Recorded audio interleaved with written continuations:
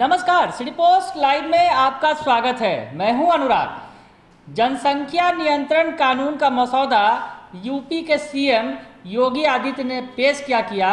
बिहार में बवाल मच गया है। जी हां, बिहार में इस पर एनडीए के अंदर, सरकार के अंदर बट गए हैं, बंटवारा हो गया है और दो राय, एक तरह से बीजेपी और जेडीयू आमने सामने आ गई है। यहाँ तक कि जेडीयू के कई नेता भी जनसंख्या नियंत्रण कानून के जो मसौदे का समर्थन करते दिख रहे हैं। जी हाँ, उपेंद्र कुशवाहा जो जेडीयू के कद्दावर नेता हैं और नंबर 2 बनने जा रहे हैं जेडीयू में, जेडीयू के राष्ट्रीय अध्यक्ष का पदभार संभालेंगे जैसा कि खबरें हैं, वो भी जनसंख्या नियंत्रण कानून का समर्थन करते दिख रहे हैं। उधर बिहार सरकार की डिप्टी सीएम जो बीजेपी कोटे से हैं, रेणु देवी, वो जनसंख्या नियंत्रण कानून का समर्थन करते दिख रही हैं।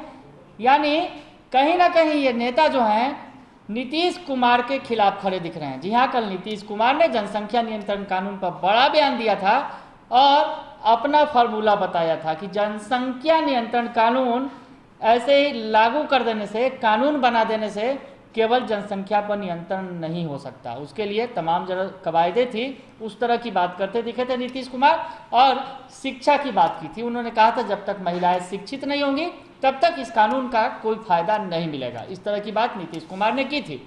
तो अब एक और बड़ा बयान सामने आ गया इस मसले पर, और वो बयान है पंचायती राज मंत्री का। जी हाँ, पंचायती राज मंत्री हैं जो बिहार सरकार के सम्राट चौधरी, जो बेबाक बयानी के लिए जाने जाते हैं। एक बार फिर उनका बड़ा बयान सामने आया है और अब कहीं ना कहीं सरकार के अंदर ही दो धड़े बन गए हैं इस जनसंख्या नियंत्रण कानून को लेकर। जी हाँ, बीजेपी कोटे के जो मंत्री हैं वो समर्थन में लगे हैं, खड़े हैं, तो दूसरी तरफ नीतीश कुमार की पार्टी नीतीश कुमार के स्टैंड के साथ खड़ी है। हालांकि उपेंद्र कुशवाहा ने जनसंख्या नियंत्रण का कानून का समर्थन किया है, यानी पार्टी के अंदर भी कहीं ना कहीं दूसरे सुर उठ रहे हैं।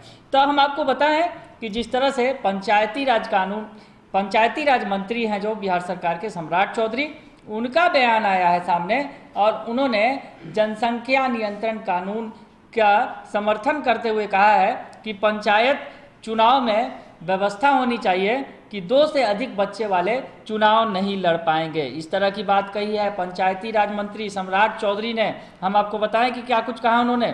पंचायती राज मंत्री ने यहाँ तक कि संकेत भी दिए हैं कि बिहार में नगर निकायों की तरह पंचायतों में भी 2 से अधिक बच्चे वाले चुनाव लड़ने से वंचित किए जा सकते हैं। इसको लेकर तैयारी चल रही है। उन्होंने यूपी के कानून की सराहना की और यह भी कहा कि बिहार में तो यह पहले से ही लागू है। मंत्री जो है सम्राट चौधरी, उनका कहना है कि देश में जनसंख्या नियंत्रण कानून बहुत ज़रूरी है। जहां पढ़े लिखे लोग होते हैं वहां प्रजनन दर स्वाभाविक तौर पर कम है। आज़ादी के बाद देश अब 75 वर्ष का होने जा रहा है, उससे पहले यह सब व्यवस्था होनी चाहिए। आज के समय में यह कानून बहुत ज़रूरी है। मुख्यमंत्री का जो बयान आया था उसके बाबत उन्होंने कहा कि बिहार में तो यह पहले से ही लागू है। तो उन्होंने कहीं ना कहीं मुख्यमंत्री नीतीश कुमार का समर्थन भी कर दिया और कहा कि बिहार में ये कानून तो पहले से ही लागू है। उनका कहना है कि बिहार में यह पहले से लागू है। हमारे सीएम ने तो बिहार में पहले ही एक तरह से जनसंख्या नियंत्रण की व्यवस्था लागू कर रखी है। उनका कहना है उन्होंने ही नगर निकाय में 2 से ज़्यादा बच्चों वाले को चुनाव लड़ने पर रोक लगा दी थी। तो पंचायती राज मंत्री सम्राट चौधरी का बड़ा बयान सामने आया है। उन्होंने नीतीश कुमार का भी समर्थन किया है और जनसंख्या नियंत्रण कानून का भी समर्थन कर दिया है। या यूँ कहें कि मलाई मक्खन लगाते हुए सीएम नीतीश कुमार को भी कह दिया है कि हमारे सीएम ने तो ये व्यवस्था पहले ही लागू की थी। नगर निकाय चुनावों में सीएम नीतीश कुमार ने ये व्यवस्था की थी कि 2 से ज़्यादा बच्चे वाले चुनाव नहीं लड़ सकते हैं।